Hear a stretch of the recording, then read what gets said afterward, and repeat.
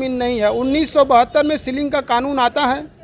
1972 में सीलिंग का कानून आता है तो 1967 की ज़मीन को कैसे सीलिंग कर देंगे आप? तो यहाँ के प्रशासनिक अफसर हैं, मुख्यमंत्री जी को खुश करने के चक्कर में वहाँ के किसानों के साथ इतना अन्याय कर रहे हैं। नमस्कार, आदाब। आप लोग देख रहे हैं एबी न्यूज़। आज एक बहुत ही महत्वपूर्ण समस्या है जो ज़मीन को लेकर के कई बार रजिस्ट्री हो जाती है या कई जगह झोल झाल देखने को मिलता है। इसी संबंध में हमारे साथ ये भारतीय किसान यूनियन के कुछ नेता हैं। आइए हम लोग इनसे बात करते हैं। क्या प्रकरण है और किसको लेकर के आज आए हैं यहाँ? प्रकरण है सदर तहसील के कोनी ग्राम का है, जिसमें सरकार पीएसी महिला बटालियन के लिए वहाँ भूमि अधिग्रहण की है। इस भूमि अधिग्रहण में और जिलाधिकारी अपने ही आदेशों की अवहेलना अपने कर्मचारियों से करवा रहे हैं, जबकि यह ज़मीन सरदार मजीठिया जी की थी। उन्होंने 1967 में 14 किसानों के नाम से कुछ भूमि कर दी थी।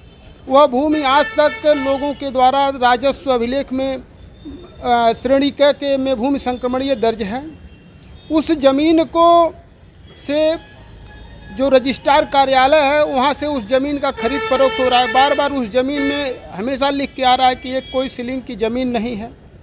अब प्रशासन के लोग न जाने कैसे उसको सीलिंग की ज़मीन बता रहे हैं। लेकिन कोई तो ऐसा पॉइंट होगा जिसके आधार पे उन चीज़ों की खरीद बिक्री हो रही है। कोई ऐसा पॉइंट तो सही है। सरदार जी ने अपनी ज़मीन बेच दिया था 14 किसानों के नाम से। वह किसान उस ज़मीन को कई लोगों को बेचे और उसके बाद उस ज़मीन का नामांतरण सन 1967 से कई बार होता आया है। राजस्व अभिलेख में और निबंध कार्यालय में रजिस्ट्री होती आई है। उसका शुल्क बाकायदे स्टाम्प शुल्क दिया गया है। वह सबको बेचने का अधिकार है। चूँकि खतौनी में भूमि संक्रमणीय दर्ज है और कहीं से वो सीलिंग की ज़मीन नहीं है। 1972 में सीलिंग का कानून आता है। 1972 में सीलिंग का कानून आता है तो 1967 की ज़मीन को कैसे सीलिंग कर देंगे आप? अगर इस प्रकार से लेंगे तो आज़ादी के पहले तो सारी ज़मीनें राजाओं की थी, सारी ज़मीनें जो है सरकार की थी। जो अभी भारत की व्यवस्था है 1950 से जब से भारत आज़ाद हुआ है 1359 फसली से को आधार पर खतौनी माना गया है कि जो 1359 फसली में जो नाम दर्ज होगा उस हिसाब से ही राजस्व अभिलेख में सबका नाम दर्ज और सब मालिक काबिज दाखिल चले आ रहे हैं। आज किन किन बिंदुओं को लेकर के यहाँ आना हुआ है? आज हम कोनी के मैटर में आए हैं कि कोनी के किसानों के साथ बहुत अन्याय हो रहा है और इसमें मुख्यमंत्री जी को खुश करने के लिए सारा प्रशासनिक अमला लगा हुआ है। अगर यह इस प्रकार से जारी रहा तो भारतीय किसान यूनियन वहाँ एक बृहद आंदोलन छेड़ने के मूड में है। और नहीं तो मैं निवेदन करना चाहता हूँ प्रशासन से कि जो सही कानूनी चीज़ है, कानून के अनुसार भूमि अधिग्रहण किया जाए और किसानों को उसका मुआवजा दिया जाए। 1972 सरकार तो हर जगह मुआवजा दे रही है।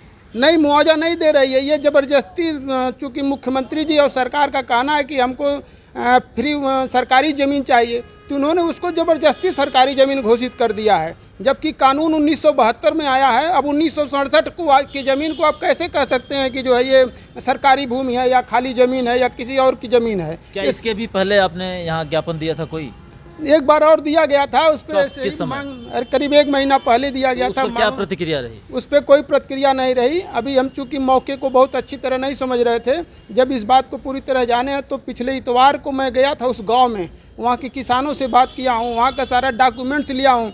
तब मैं आपको ये बता रहा हूँ कि प्रशासन उसमें गलत काम कर रहा है और इस प्रकार की कार्रवाई को भारतीय किसान यूनियन समाज बर्दाश्त नहीं करेगा। क्या मांग कर रहे हैं यहाँ से? मांग कर रहे हैं कि इस पर कानूनी कार्रवाई होनी चाहिए, जो कानून के मुताबिक सही है। जो राजस्व अभिलेख कहता है, जो भारत का कानून, उत्तर प्रदेश का कानून कहता है, उस हिसाब से प्रशासन कार्रवाई करे। हमें कोई आपत्ति नहीं है। किसानों की ज़मीन लेनी है, चूँकि संपत्ति का अधिकार किसी को है नहीं, लेकिन उसके लिए उसको मुआवजा देना सरकार का दायित्व है और जो आजकल दिया जाता रहा है। क्या नाम है आपका? अरविंद सिंह, राष्ट्रीय महासचिव, भारतीय किसान यूनियन समाज। ये रहे हमारे साथ किसान यूनियन के नेता।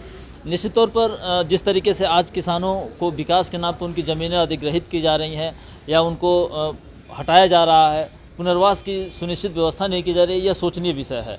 मैं चाहूँगा चैनल के माध्यम से कि सरकार इस पर संज्ञान लेकर के ठोस कार्रवाई करे ताकि किसानों का किसी भी प्रकार का उत्पीड़न रोका जा सके।